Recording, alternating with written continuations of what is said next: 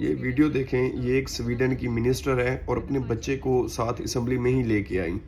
اور اسمبلی میں اپنی اسپیچ بھی کی۔ اس کے بعد جب اس سے پوچھا گیا کہ بیٹا بھی ہے اور آپ جو ہے وہ پریزنٹ وزیر بھی ہیں، بیٹی بھی ہے، تو آپ ان چیزوں کو کیسے لے کے چل رہی ہیں؟ تو اس نے کہا کہ مجھے بڑی خوشی ہے کہ میں دونوں چیزوں کو جو ہے وہ ساتھ لے کے چل رہی ہوں، کسی ایک چیز کو پریورٹی پہ نہیں رکھ رہی۔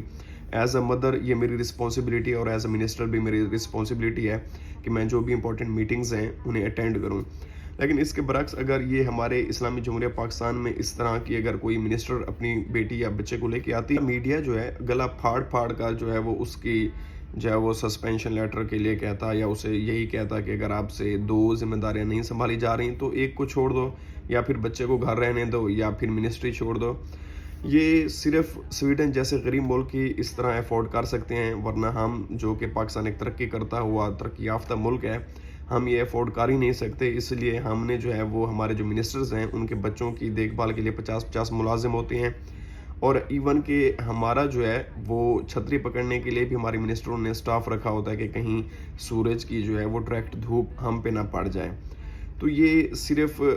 ترقی یافتہ ملکوں میں سٹاف جو ہے وہ زیادہ ہوتا ہے، باقی ترقی پذیر جیسے سویڈن ملک ہے جو کہ یورپین ملک ہے، وہ بیچارے افورڈ نہیں کر سکتی، اس وجہ سے وہ منسٹر جو ہے وہ اپنے بچے کو ساتھ ہی لے کے آئی ہے۔ تو تھوڑا نہیں بلکہ بہت زیادہ سوچنا پڑے گا، یہی وجہ ہے کہ قومیں جو ہیں وہ ترقی کر رہی ہیں۔ جو اسلامی روایات جن پہ